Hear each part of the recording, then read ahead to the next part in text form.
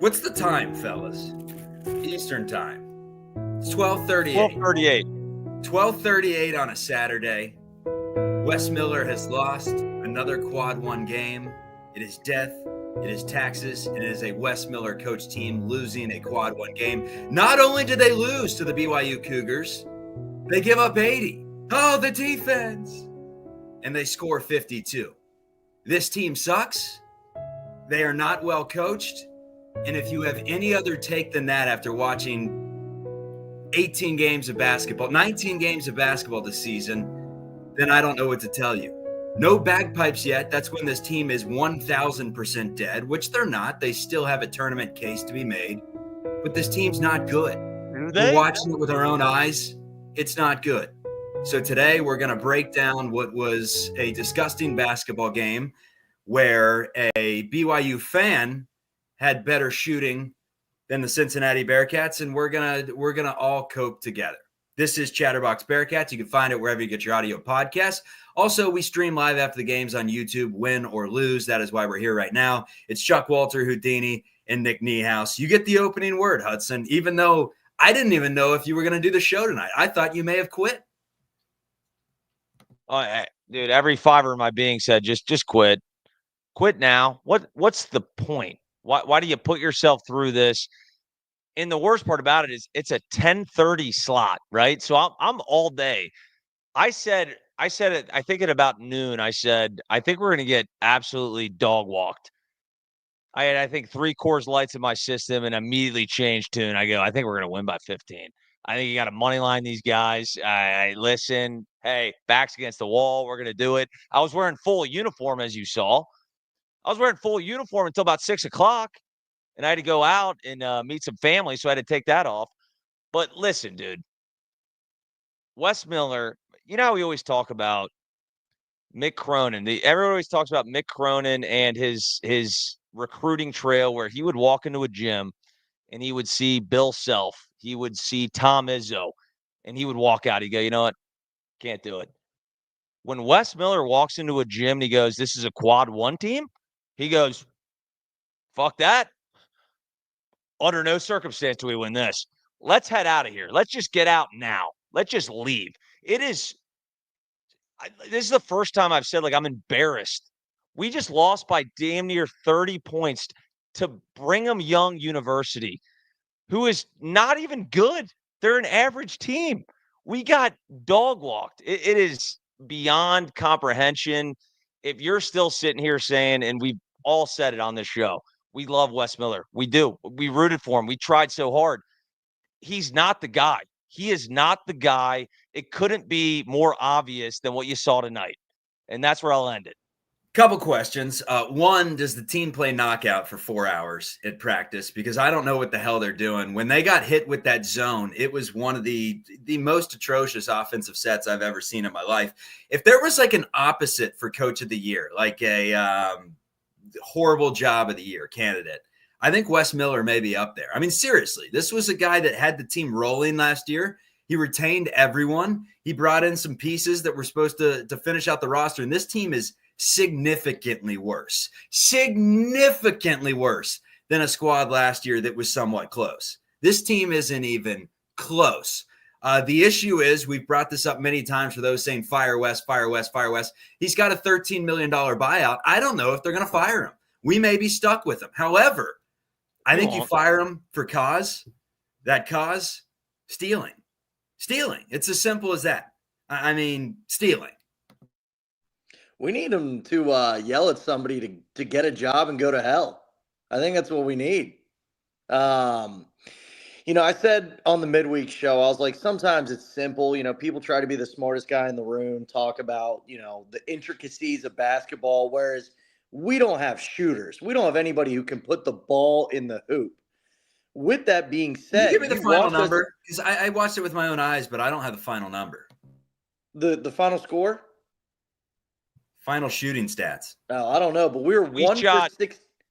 Go ahead, Hudson. We shot 23 of 61 from the field, just a hair under 38%, and 5 of 28 from 3, 18%. And 1 for 16 outside of CMOS from 3. Outside of CMOS, 1 for 16 from 3. They played a goddamn zone. They played a 2-3 zone. Like, I mean, this wasn't some like mastermind defense, guys. They were playing a straight up goddamn 2-3 zone. And our like I said last week, I don't know if we're good enough. I mean, did you see what happened tonight? We're not talking about the most athletic team in the goddamn conference. We got absolutely bullied. And no slight to Brigham Young University. No, they're Apparently good. Brigham Young was They're a solid team. good Let's guy, give them allegedly. their flowers. Yeah. Let's give Texas Tech their They were good. flowers. No. Listen, BYU is a very solid team. They were right on par with what UC did, right? Like they had no quad one wins. They beat all the teams they were supposed to beat. And to come in here, if we would have lost by 2, we lost by 8, I don't know. We lost by 30 points. It is just, if we did this and we actually controlled home court and won games on our own home floor, that's one thing. But what are we 2-6 in the conference? We're 12-7. Probably 8 of those games that we won are against teams that are dead serious, could lose to high school teams. It is so unacceptable. I can't even. I'm going to give you guys an analogy here, and you guys just stick with me on this, okay? Colin Cowherd style. Wes Miller, for me, it reminds me when I was about 5 years old and Santa Claus was coming to town. And I said, hey, dude, I believe he's gonna bring me all these gifts. And I didn't get everything I wanted when I was 5. And I said, you know what, next year he's gonna bring something that I like. And yeah, when I was 6, I go, he did. He brought a little bit more. Year 7, I was like, started to get a little worried. But hey, he brought a little bit of stuff. The chimney, we got a different chimney. Maybe he couldn't get everything through. By year 8, I was like, Mom, I don't believe anymore. I don't believe in Santa Claus because I did not get the goddamn Escalade little car. Remember those things, those little electronic cars you could get? I never got one. I got the one that you manually pushed. And that's where I feel like I'm at right now with Wes Miller. It's like he strung me along so long. And now we've seen the proof of the pudding. Like, how could you ever say, after what we've seen over the last several weeks, and say, like, I still believe in Wes Miller? Send him with the toy makers. I mean, at the end of the day, Wes Miller, not Santa Claus. That's the moral of Hudson's monologue there. But go ahead, Hey, that was I'll let you guys react. By the way, I'm putting the chat in the link for anyone that wants to pop on and vent with us. Chat is going in the link. You just click on that. You'll be backstage. I'll hop you in, and we will let you rant. Keep the rants quick. It is late at night. Some of us have children. Actually, none of us have children. But anyways, go ahead. Well, I was going to say, one of the comments said, we just run zero offense. I mean, I tweeted, like, bookmark the 18. If you want to go back and watch how awful this team was tonight, look at 18 minutes left in the second half. They're in the zone, and Jizzle and Dan, Chuck just has to go check on the dogs, huh? Jizzle and Dan are just playing hot potato with the ball, and the other 3 are standing there doing nothing. CMOS is forced to jack up an NBA 3 35 feet away. It's literally, it's what are they, and you know what, everybody always goes with the what do they do in practice? I think that's just a cliche, overused. That had me saying, what do they do in practice to overcome a zone? Chuck, do you know what they do? I literally, there's no right answer to this. It's like everything you see, it's like there's just more questions. There's no answers. It's like, well, what are we doing in practice? Like, how do we not know how to beat a 2-3 zone? How on earth do we consistently shoot under 20% from 3? And we have to make the montage of us in the first 12 games of the season. And we always bring it up with Niehaus and his dad. They had tears in their eyes. They were hugging and crying together, saying, "This is the first time we've seen a UC roster with this many shooters." Father, what it's true. It's like every single time. Like, listen, I Jizzle James. Hey, I love Jizzle. I do. I had Mary Jizmas in the drafts on Twitter, as I told you guys, for so long, and I couldn't bring it out. The guy cannot shoot a 3-pointer to save his life. I mean, when it comes out of his hands, it doesn't like it's not like when Betsy shoots a three, you do kind of you're like that looks like it could go in. When Jizzle James shoots a three, you're like, there's no chance in hell that ball is going in the basket. It's a line drive going 90 miles an hour. And it's basically like the whole team. CMOS had four. CMOS had 4 of our 5 threes tonight. Outside of CMOS, they shot under. Like, it was like what? What is the? We got a stats guys that 1 under for 5%. 16. Were they 1 for 16? Yeah, that's about 5%. About 5%. Yeah, so right around roughly like 6-7%. You're not. Let's get to the pitchforks, Houdini. Enough of us. Let's get to the pitchforks, man, because we got the people piling on backstage right now. So we welcome in Matt Myers to start. First question, Matt. Yo. Is it time for our savior, Will Wade? What is he at McNeese State right now? Right? Is that right? McNeese. We McNeese, or however you say it. Say it. I mean, the only thing that watching all these games, like it was my mom's 67th birthday tonight, Marcus? 68. Had the whole family here. Everybody Happy birthday, Mrs. Myers. Happy birthday. Had everybody here watching the game. My aunt and uncle were in from out of town. They're all Ohio State fans. So I'm like, I want to show them a good time. And I mean, it's just the one thing about this team that just drives me nuts is there's not one guy on the team that you could say, okay, that guy's going to go out and get it when he needs to get it. There's not a Donald Little. There's not a Justin Jackson. There's Jason Maxiell. There's not one guy that will go out and do whatever it needs to take to put his ass on the line for this team. And it's so frustrating. I mean, you guys can elaborate. I mean, you guys see it too. Good stuff, Myers. Yeah, I mean, fellas, we thought maybe at the beginning of the year it could be Dylan Mitchell, like he would be that guy. He shows spurts of being able to defend at a really high level, and I think it's consistently he's defended at a really high level, but he just doesn't have that personality. A lot of it is personality. You either have it or you don't. The Justin Jackson mean face, I know it's terrible, but like we need some of that, and we just don't have any of that. Vaughn said it best on the last show. The team is too damn nice. They are too damn nice. We got a caller in from Philly. It's Spencer joining the show today. Spencer, the Wi-Fi may absolutely suck, but I'm going to give you the opportunity to hop on the floor and let's see what you got, brother. What's on your mind? Yeah, you got. Can you guys hear me? Wi-Fi's good, man. You got a mic, dude. Yeah, I appreciate that. I thought we were going to go with little Joy Taylor with Colin Cowherd earlier. Maybe she could go to Cincinnati and spice things up. But she's actually on hold right now. She'll be on in a second. Go ahead. Yeah, I gotta say, guys, I mean, this is a first-year coach in BYU. We made them look like the Golden State Warriors out there. I don't think that Wes Miller, he's stuck in 1990s basketball. He's like a bad offensive coordinator in football. And look at Kentucky, look at Louisville, first-year coaches. They utilize the three-point shot. And I don't know if you guys saw this, but Wes Miller, during one timeout, he like smashed the scores table. Did you see that at all tonight, guys? He's been going to that. Didn't see it. No, and you know what he should have done? He should have suplexed the scorers table. He should have ripped every fucking bench seat off of the goddamn floor and said, you know what? Our team stinks. Let me tell you this, Spencer. Should have gone straight up Bob Knight and fling that thing across the court and just gotten himself on SportsCenter. Because honestly, we would respect him more if he just gave us a little fire than whatever we're getting right now. Get thrown out of the game.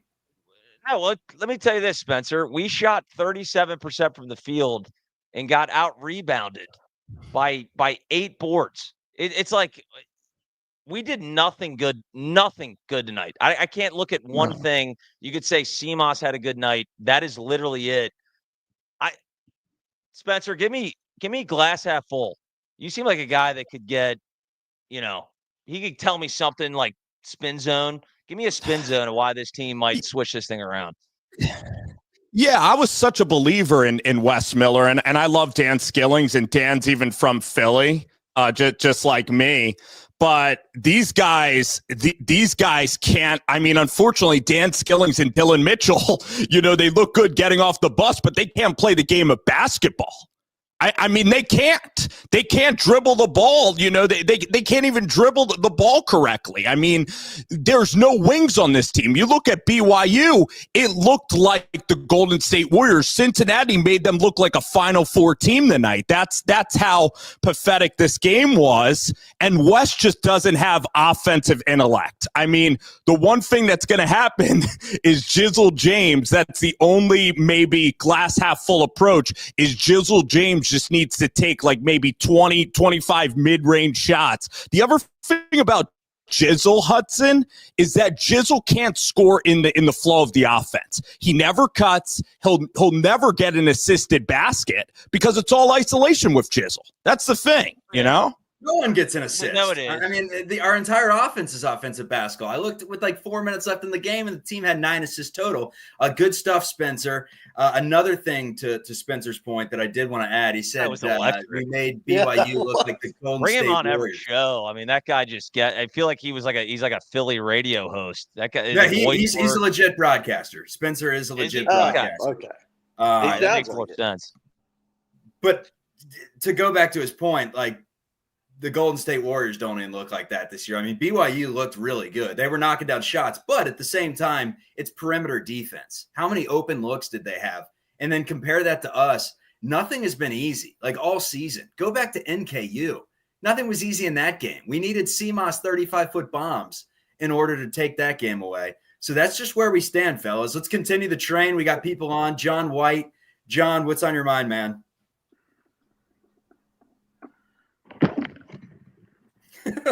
John, you with us? Give it to me, brother. Sorry about Give it that. to me, My laptop. He's in the den. He's in the den of hell right now. And my laptop was done. I had to call them. Hey, real quick, I wanted to just say something positive. I appreciate the fan interaction that you guys do. That is the key to your continued success. So keep doing the fan interaction. Look, I don't have any takes. Like, I've been watching. I'm a little older than you guys. I've been watching the Bearcats since the 90s. This might be my least favorite Bearcat team ever. And I say that with a heavy heart. I mean, I don't even know where to start. It's like, is it coaching? Like, are you seeing these shots that aren't – I mean, they look like they can't even shoot. It's I've never seen anything like it from a Bearcat team. They're soft. It's like is it a reflection of the coach? They just seem soft. They can't shoot. They can't get to the line, and if they get to the line, they brick the free throw. I mean, where's the offense? It's I don't even have any takes. I'm beside myself. But look, just wanted to say, keep up the good work, folks. Keep the fan interaction. This is a tough era for the Bearcats right now. Appreciate you, John. Great stuff. And one of these days, I promise you, we will be on here. Houdini will have the ski goggles on. Niehaus will be smiling like he always does, win or lose, stomping his foot. And I'll be here saying positive things. I've been trying to spin this as positively as I possibly can.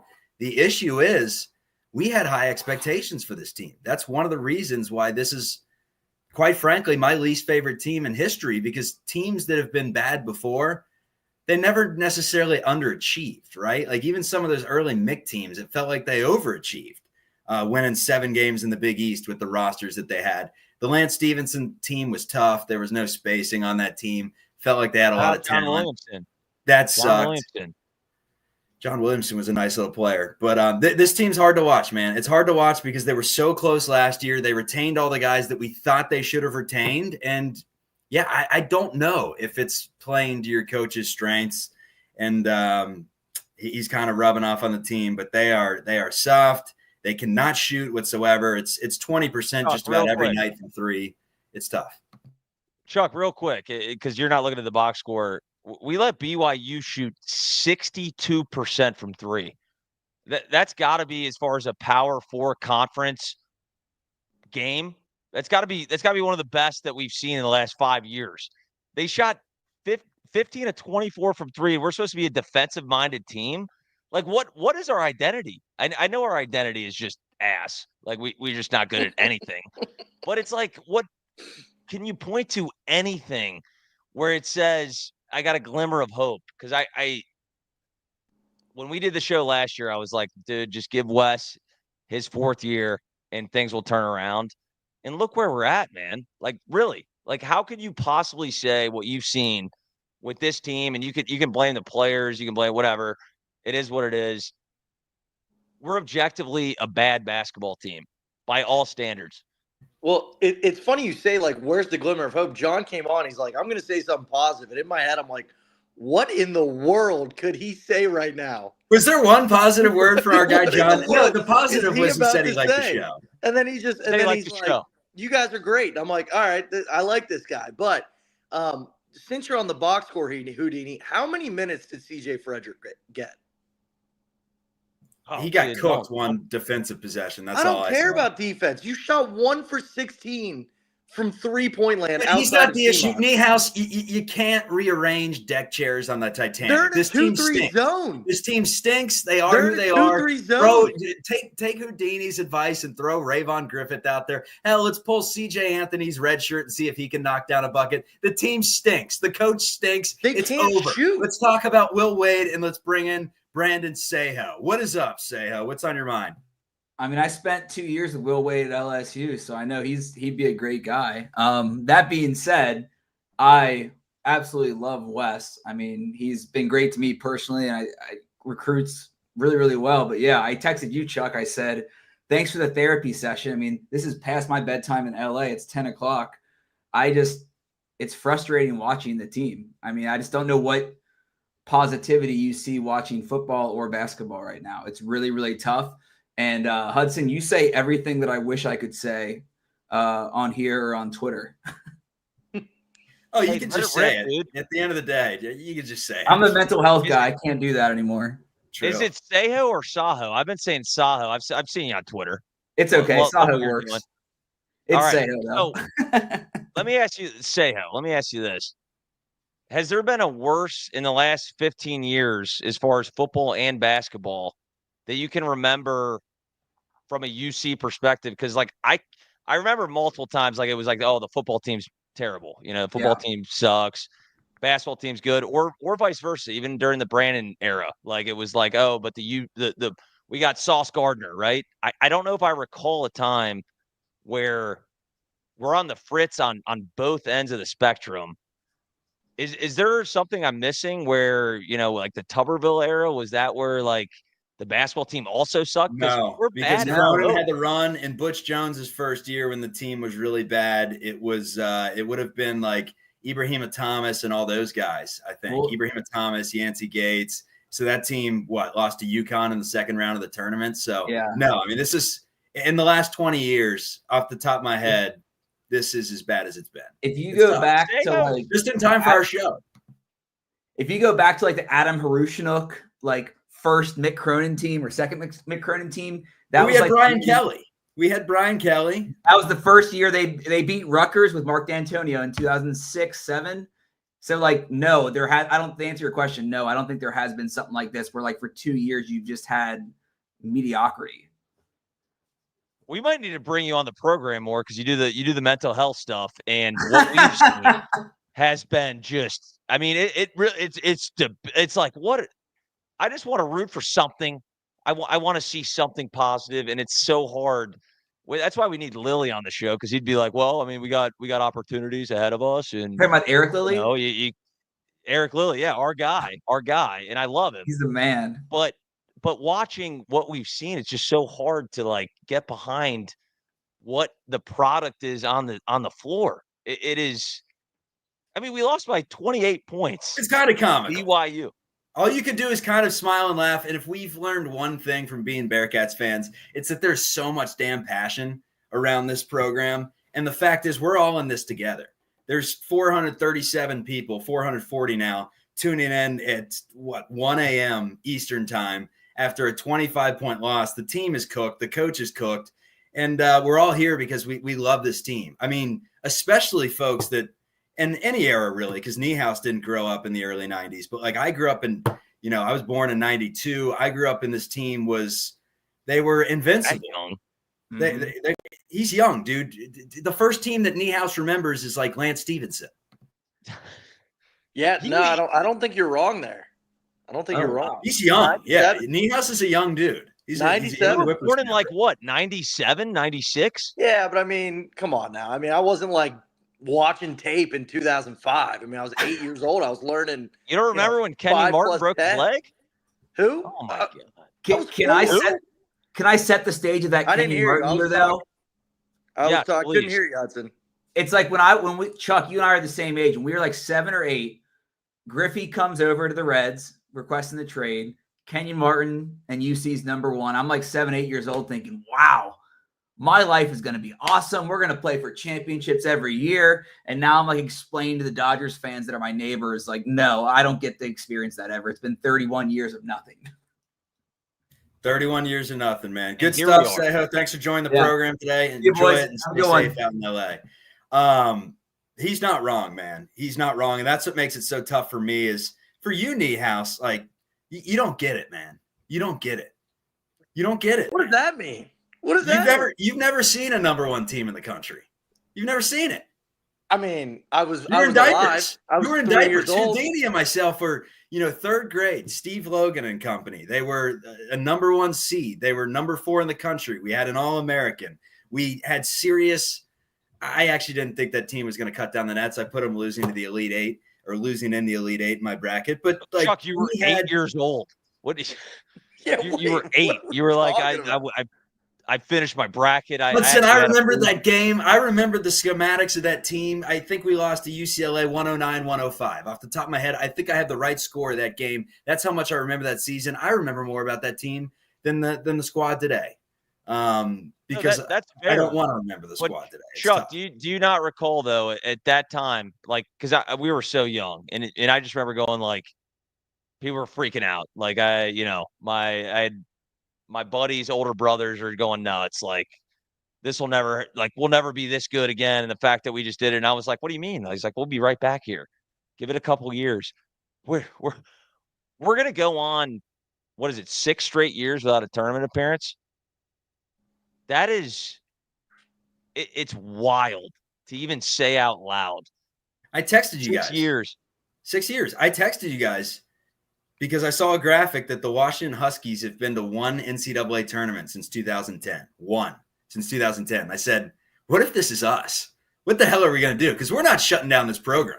Like, this show is going on win or lose. I mean, we are going to be angry human beings with very sharp pitchforks if we go 15 years and make 1 NCAA tournament. It's not that hard. They've expanded it. Just play a hard out-of-conference schedule, win 1 freaking game, go 9-11 in your conference, and you're in.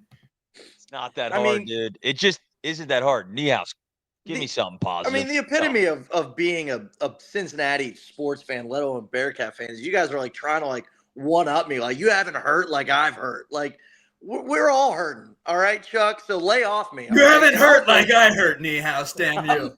I'm the one who's going to have to deal with Lily, who's like, you know what? No, I actually think we're going to be fine. I'm thinking our net rankings went up after the loss, actually. Yeah. Well, it was like, if you look at the KenPom and, he's like, well, BYU, their defensive KenPom defensive rebounding rate was like top 5 in the country. So if you really look at it in a different way, if we win the next 6 games, I'm like, he actually did say that. And I love Lily, but he did say, he's like, if we rattle off the next 5, I think we're okay. Do you think this team can rattle off 5 wins in the Big 12 in a row? We just won back-to-back Big 12 games for the first time ever against Arizona State in Colorado. Look, Lily's catching a stray. I didn't mean to dog Lily like that. I just want to say he's got another thing coming if he comes at me with some positive stuff on this week's show. All right. No positivity. Myers, he's coming back for seconds. Myers is so pissed off. He looks tired. I only want to go to bed. The only thing that's really bothering me, are you guys confident that with like Tillery and Abayev coming in, like that Wes Miller can adjust his offense to that's the only thing. It's like if you feel like he doesn't have not the the qualifications, but he doesn't have like the in-game adjustments to make like those moves to really satisfy what it takes to win, you know? Well, the big thing is, are you really going to rely on two freshmen to, turn around a program? He's going to have to do it through the portal, right? And at this point, I don't know how many of these guys are going to be brought back. I mean, you would have told me 3 months ago, like, hey, bring back Jizzle, bring back Dylan Mitchell, bring back all these guys. I would have said, hell yeah, absolutely. We're ranked. Now, when you're losing all these games, it's like we may have to start from scratch. Yeah. I mean, go ahead, Hudson. No, I mean, personally, it's like I want Dylan Mitchell to return 100%. He's like the guy, like, listen, he had 4 points today, 2 of 5. He's just a guy that even if he doesn't score, I just love what he does on the court.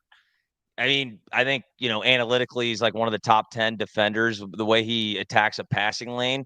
But then you do look down the roster, you go like, I mean, if Jizzle were to enter the portal, is that like devastating to us? Because it's like, I mean, we've seen now, and things could change, sure, but we've seen a pretty significant portion of this season where it's like, this guy, is he good? Is he a player that you actually want to build a program around? I don't know.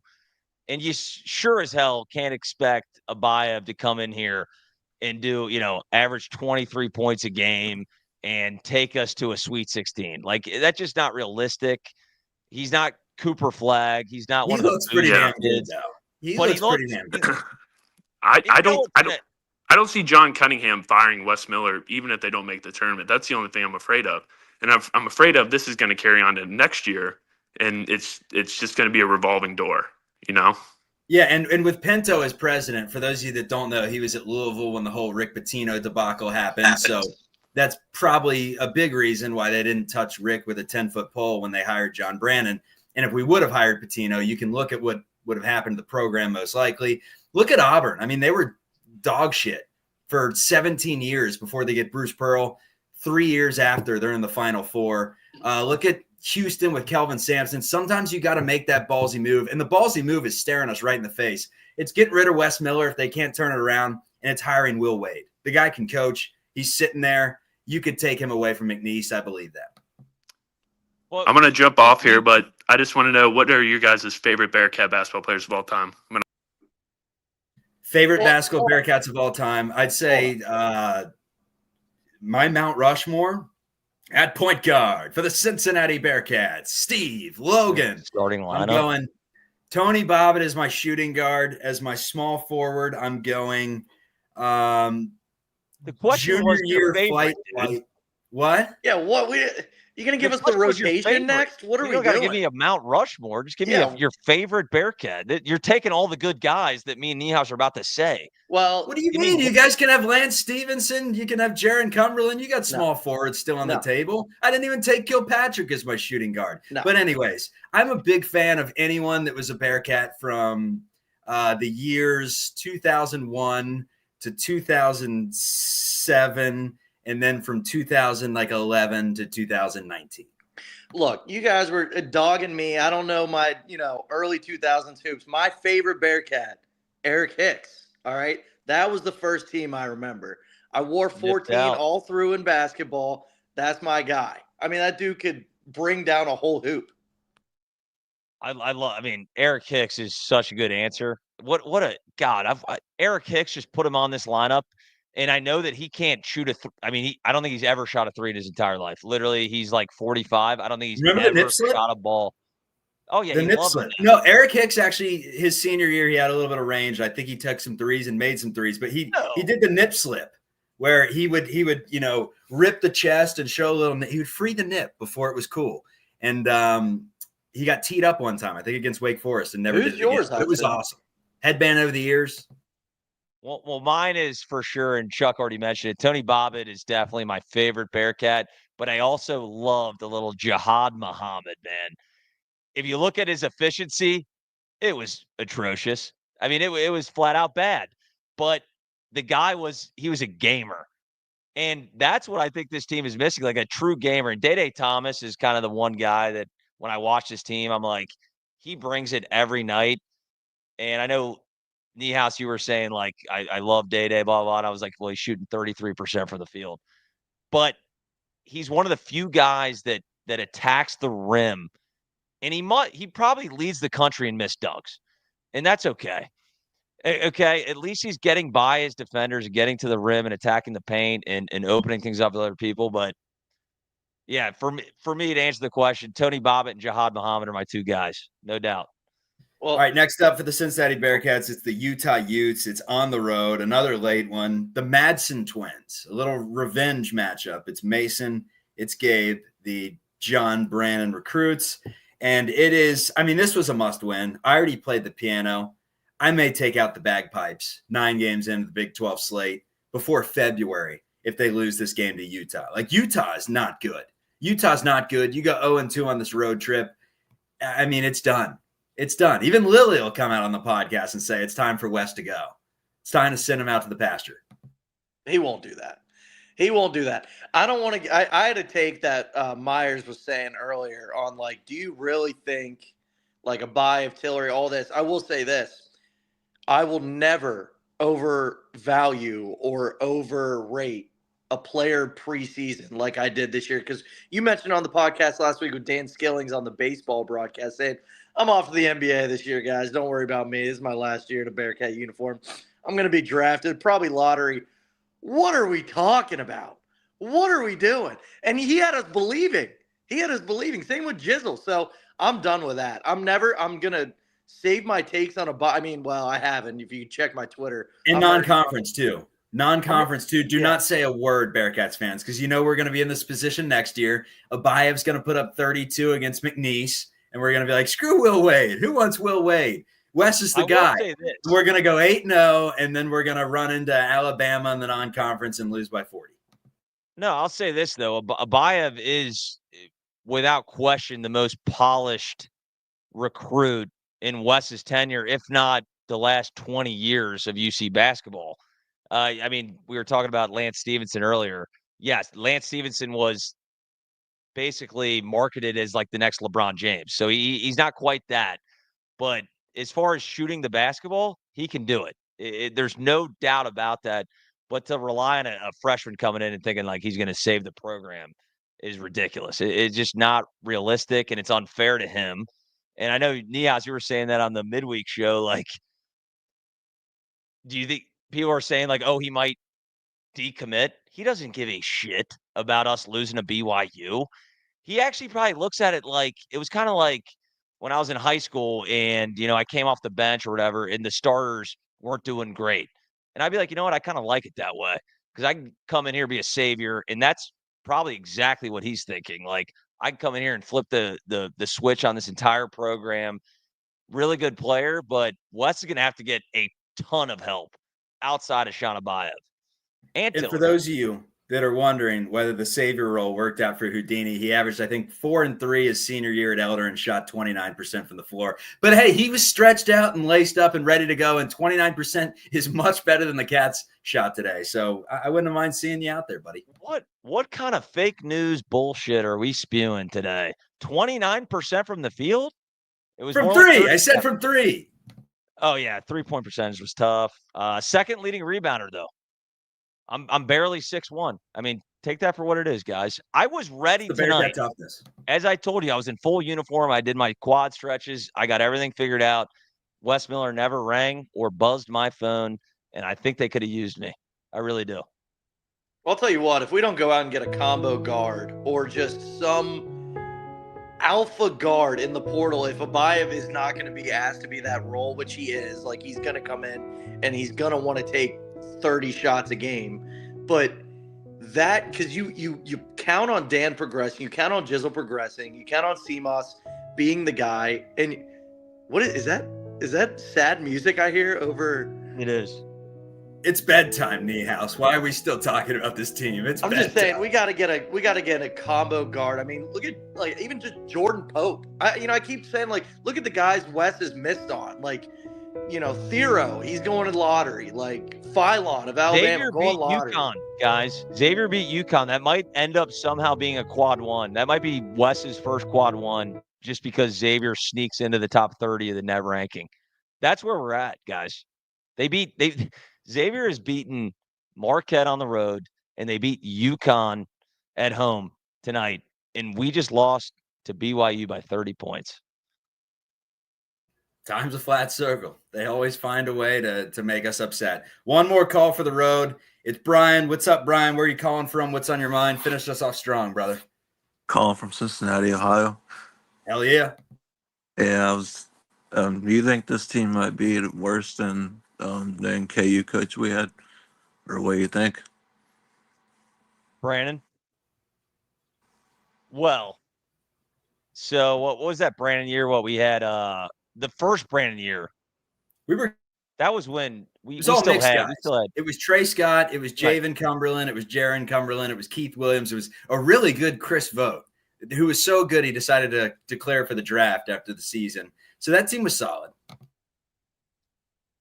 I would say, like, it's funny looking back at Brandon's tenure and really going, he had some really good recruits and had some pretty good teams too. And now he's painting, which is okay.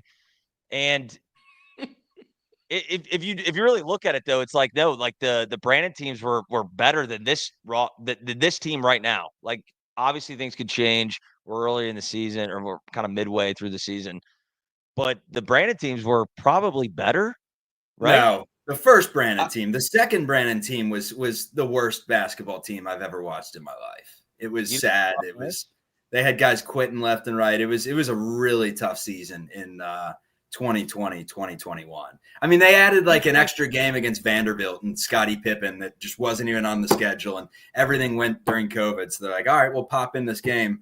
And Cincinnati must have lost that game by like 18 in an empty fifth. I would say this, though. We were terrible. Don't you agree, though, that David DeJulius would be the best player on this roster right now? Like, I don't even question. But that roster surrounding him was David DeJulius. It was Mike Saunders. It was Mason Madson. It was Jeremiah Davenport. And it was Rob Banks, because Brandon didn't want to play Tari. I'll tell you what, guys. You're right. I was about to have an egregious take before this BYU game of, if this Cincinnati roster was in the American, I think we're tournament bound no matter what. Like, Wes kills average to below average teams. And I mean, in the American, like, maybe that's how it seems so easy for 9 years in a row with Mick Cronin. Like, I was telling Lily on the midweek show, I'm like, I was a child making 9 tournaments in a row. I'm like, is this just what people do? You just wake up and just make the tournament. And then it's been 6 years. We can't even sniff the bubble. It's Selection Sunday. We haven't been talked about getting snubbed yet. Like, Wes Miller hangs his hat on beating teams he should beat. And if we were in the American, I don't know. Is that an egregious take that we're surefire bound for the tournament in the American right now? Not with the way we're playing right now. We're trash, fellas. We're not good. I'm sick. The American is loaded with quad 2 teams, and Wes Miller might be the best quad 2 coach in the history of America. We would absolutely. We'd be like one of the USF team that was like an 8 seed in the tournament last year, where they won 25 games. Fake news. They didn't make the tournament. Did they not? Oh, they went to the NIT. Whatever, doesn't matter. No, I've heard some chatter on UC Twitter like, do we regret going to the Big 12? And no. And the answer is absolutely not. I just thought it would be a little bit more fun playing good teams. I'm not having fun at all. I'm actually kind of in a bad spot personally, and I think everybody that's in the chat, everybody on the show, is not feeling great. But I do like the opportunity to play great teams consistently. Like, it was so bad we would lose to like Wichita, and then our next game was against East Carolina on a Tuesday, and that always sucked. Now we got Utah, so I mean, Utah kind of sucks too. We'll probably lose to them. The Madson twins will go for 65 minimum. Things are not well, Chuck. You were cooking tonight. I think it's time to go to bed. What's your final thought, Niehaus? Oh, man. He's like, I had 10. I thought we were going to go all night. I was ready to go till 3 a.m. No, my final take is people. I want to rearrange the perception of Wes Miller real quick, because everybody says Wes Miller, amazing recruiter, bad coach. Are we sure Are we No, sure he's he's a not a good good recruiter. He's good at picking up guys with stars next to their name, but no, he's not. I will say this: he's been in on some very good recruits. You mentioned like 3 of them on the last show. You mentioned Thero from Arkansas, really good recruit. So Isaiah Collier, like he's lost out on a lot of really good recruits. But in terms of who he actually brought in, I mean, at the end of the day, they say the proof is in the pudding. This is a 2-6 team in the Big 12, and they're pretty veteran when you think about it. Like they're an old team. Go up and down the roster, and it's like 3 years of experience, 6 years of experience, 5 years of experience, 4 years of experience, 2 years of experience, 2 years of experience. Like this isn't some young team, fellas. Yeah, that's it. We're one of the oldest teams in the country. And I loved it because Rothstein, the guy that refuses to go to any wedding during the basketball season, electric follow. And he was saying how like the continuity is so big. And we did everything to a T. Like we brought back 70% of our roster, got rid of guys that we apparently didn't want. And then we brought in, who did we bring in? Dylan Mitchell, a McDonald's All-American, top 25 recruit through and through. Giving you 11 and 7, pretty good numbers. We brought Connor Hickman. He was, whatever conference that was. He was the leading scorer. Yet to be seen. Maybe Connor Hickman comes back and just goes lights out. Maybe that's our saving grace. And McKinley, his ACL repairs magically overnight.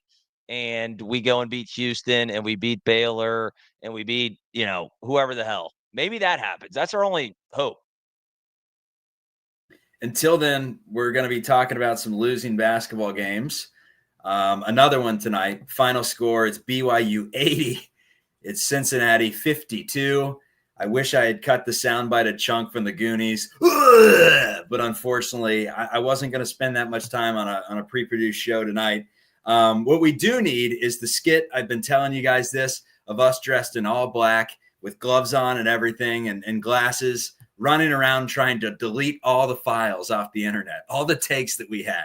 My Jizzle James is the next Ja Morant. Find it and torch it. ASAP. Don't get that into Jeff Goodman or John Fanta's hands. I beg of you. I beg of you. I'm out, fellas. Right. Close this thing down. Jeff Goodman was right, Chuck. Jeff Goodman was right.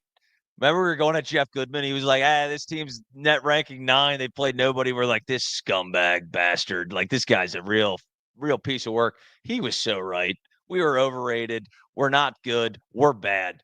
Jeff Goodman, if you're listening, and I know you are, he always DMs me after these shows, and he was right. Kudos to Jeff Goodman. We're not a good basketball team. We're not a serious program right now, and things aren't looking great. I've seen better days, and I will soon see better days. Good night, everyone.